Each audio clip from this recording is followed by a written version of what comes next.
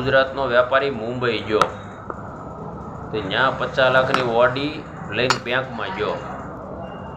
આપણો ગુજરાતી વેપારી, હો ભાઈ, એમાં કાંઈ ન ઘટે. પછી બેંકવાળાને જઈને કહે કે ભાઈ મારે 50,000ની જરૂર છે અને આ મારી ઓડી ગાડી. બેંકવાળાએ તો કાંઈ પણ ચિંતા કર્યા વગર 50 લાખની ઓડી ગાડી મૂકી દીધી ત્યાં બેંકના ગેરેજમાં, પાર્કિંગમાં, અને 50,000ની લોન તરત પાસ કરીને રોકડા આપી દીધા. અને અરે કાગળ આપી દીધો એક 3 મહિના પછી છોડાવી દેજો કે અમારે 3 મહિના જરૂર છે કે 50,000ની ના ગાડી જ્યારે લઈ જાય. તો હવે બેંકવાળાને સાંજે ઘેર જઈને ઊંઘ ન આવે. એ કે હાલો, એ કે આ ગાડી કે 50 લાખની ગાડી, અને એ કે આને 50,000ની શું જરૂર પડી છે? જે વ્યક્તિ પાસે 50,000ની 50 લાખની ગાડી હોય એને 50,000ની શું જરૂર પડી? તો 3 મહિના પછી ભાઈ છોડાવે આવ્યા ગાડી.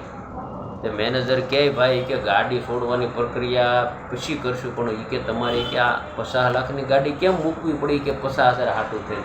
એ કે સાહેબ એમાં તમને ન સમજાય ને, તમારે ઊંડું ન ઉતરાય કે તમે એમાં એ કે ગલોટિયા ખાઈ જાઓ. એ કે તમને ન સમજાય અમારે ગુજરાતી કાઠિયાવાડીની વાત.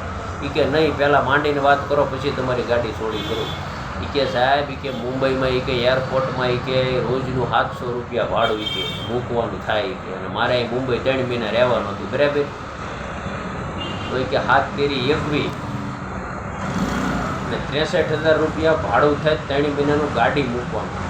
એની બદલે તમે મારી ગાડી મફતમાં હાંસવી અને 500 ને 1500 રૂપિયા મૂળ તમને મારે વ્યાજ ભરવું પડ્યું અને 50,000 વાપરવા મળ્યા.